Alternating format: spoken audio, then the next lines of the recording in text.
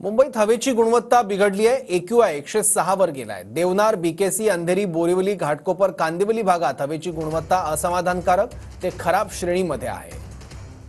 याचा आढावा घेतला आपल्या प्रतिनिधींनी, पाहूयात।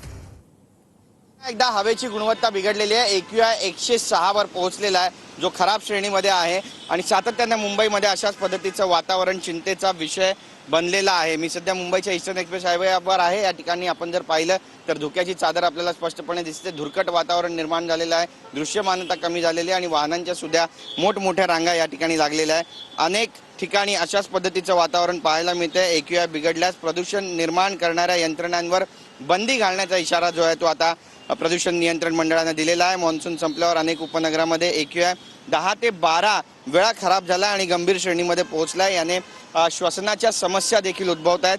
देवनार, बीकेसी, अंधेरी, बोरिवली, घाटकोपर, कांदिवली, मालाड, शिवडी, माझगाव, चेंबूर, कुलाबा या सगळ्या भागामध्ये हवेची गुणवत्ता असमाधानकारक ते खराब श्रेणीमध्ये पोहोचलेली आहे आणि AQI सतत 200 किंवा त्यापेक्षा अधिक असलेल्या या भागातील बेकऱ्या, रेडीमिक्स कॉन्क्रीट प्रकल्पांसह प्रदूषण करणाऱ्या यंत्रणांवर तात्काळ बंदी येण्याची शक्यता सुद्धा व्यक्त केली जाते। मुंबईमध्ये होत असलेलं प्रदूषण हा चिंतेचा विषय बनलाय। यातून महानगरपालिका, शासन काही बोध घेणार आहे का आणि यावर काही तोडगा काढणार आहे का, पाहणं महत्त्वाचं ठरेल। कॅमेरा पर्सन अमित शिगवणसह गिरीश गायकवाड, TV9 मराठी, मुंबई।